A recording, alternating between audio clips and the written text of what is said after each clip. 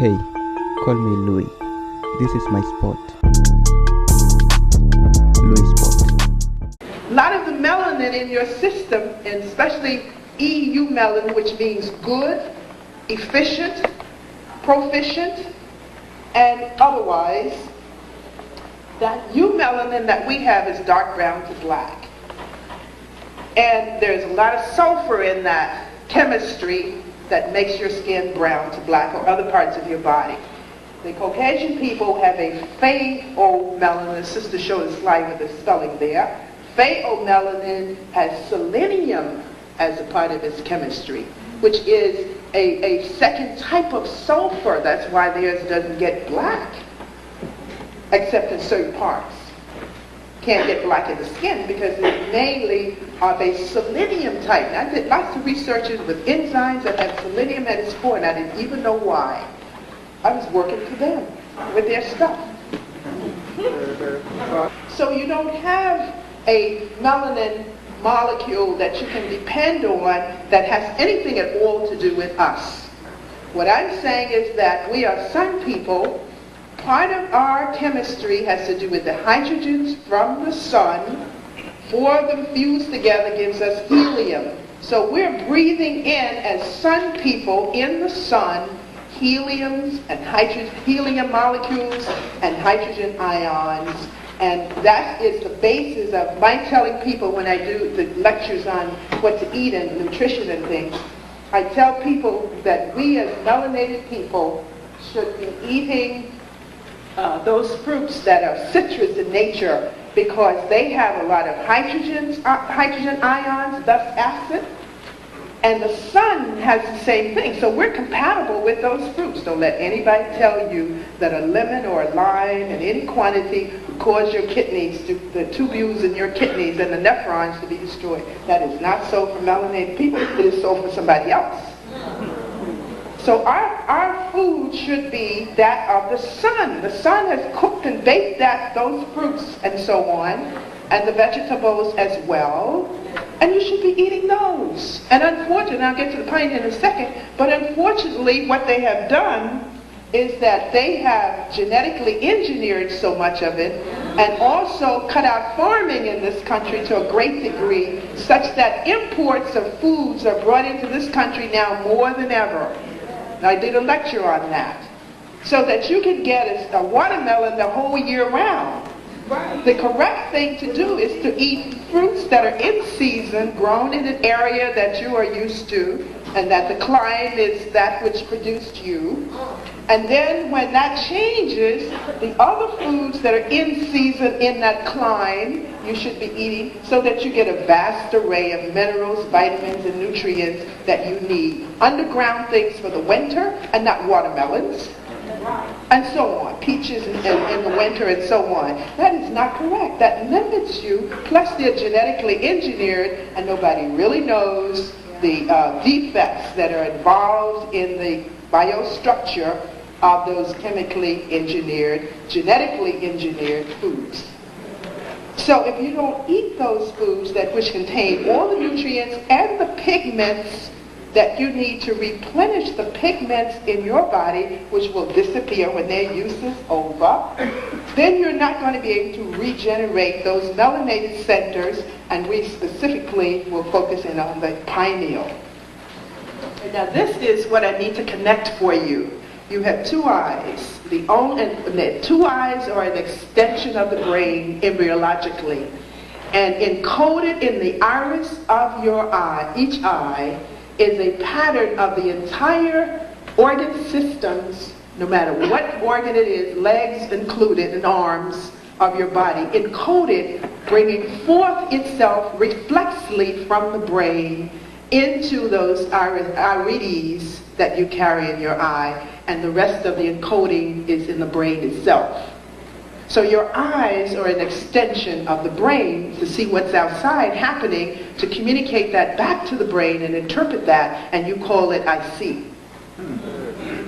So this is an example of the traps where the light comes in through the two eyes. This is the undersurface of the brain turned over. With the two eyes, you're looking down on the undersurface of the brain. With the two eyes pointing forward, your nose would be up at the top and the back of your head at the bottom. And here are the tracks going in through where the light will travel through into the cornea here, and then back straight to the retina. And then here are the nerves traveling here, and then they make a turn. They synapse on a very special part of the brain that we call the lateral geniculate body, and then they turn and go to the occipital lobe on either side, and then they cross before they do that. So one side of you is interpreted on the left side, that is the right side of you is seen from the left side partly, and the left side of you is seen through the left brain partially. All right, so these are and this is how light gets into the brain itself. Now I'm going to make the connection between this optic nerve here and the pineal gland and some structures nearby like the pituitary gland and like there's a part called the superior colliculus. It says the cerebellum sends some fibers there. So your eyes have 20 times more input to the brain than the ears. That's why you use your eyes to see. Oh, I see.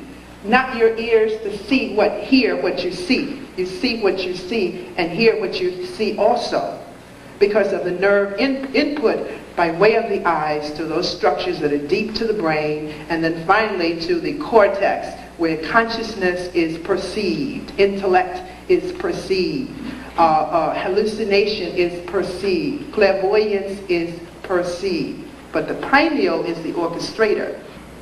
So if you do a histological section of the pineal gland, and on a slide, and stain it of course, you'll see there are two kinds of cells there. There are dark cells and there are light cells. The dark cells are reminiscent of the rods and the cones in the eye, which I'll show you a little later. And the light cells and the dark ones make the melatonin and the serotonin. The light cells serve as a framework for the dark cells, which look like rods and cones, meaning that it was an original eye, and some animals it still is.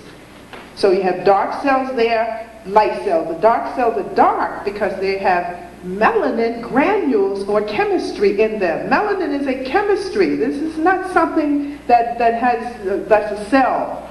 It is a chemical component. Melanin is dark. Pheo is a melanoid.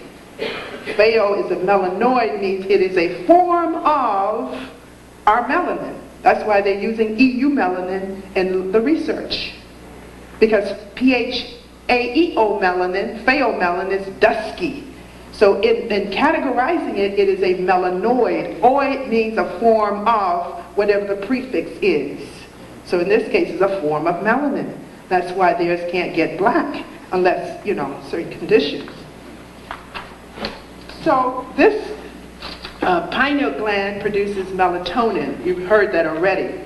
Melatonin is produced in very small quantities. About 12 micromolars is very, very small. So when they sell it in the stores, they're not selling you the true melatonin that's produced naturally in your body. They're selling you some kind of chemistry that they either extracted from cadavers or from the sheep or the bovine, meaning the cow's pineal gland or whatever, and biosynthetically organized so that now they can put it into a pill, and they add to it, as far as I can detect, valerian, which is a herbal which makes you sleepy. So when you take melatonin, you get sleepy and you get all kinds of adverse effects.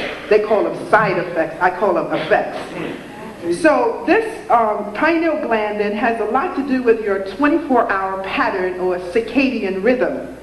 That is, it's a rhythm of physiological activities that follow every 24-hour pattern. And that circadian rhythm is automatic, but it's environmentally influenced by light and darkness. That's why when you work at night, you are throwing off that 24-hour circadian pattern such that you can cause some kind of harm, which I'm not pinpointing, to the rest of your physiology. It is best that gland is entrained or synchronized to produce melatonin in the night that gets you in touch with the dream state, and it's supposed to decrease aging and so on. And in the daytime, of course, it increases that darkness. And in the daytime, that melatonin then changes its biochemistry just by changing one little side group on the molecule and becomes serotonin, which is your daydream state. You're sitting in your car and somebody looks at you and you're not looking directly at them, and that serotonin and other things direct you over to that person. You look right into their eyes.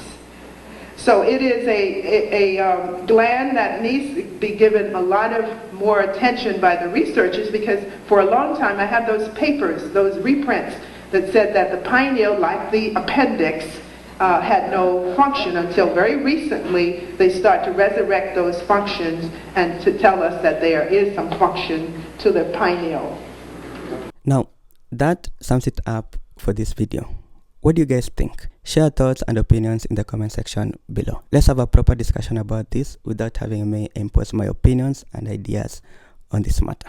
Give this video a thumbs up if you liked it, so that the YouTube algorithm can know that this video was so much interesting and share it far wide to more avid viewers just like you. Subscribe and click the notification bell if this is your first time watching these videos, and so that you can be notified as soon as we make a new upload on videos just like this. My name is Louis. Until next time, peace out.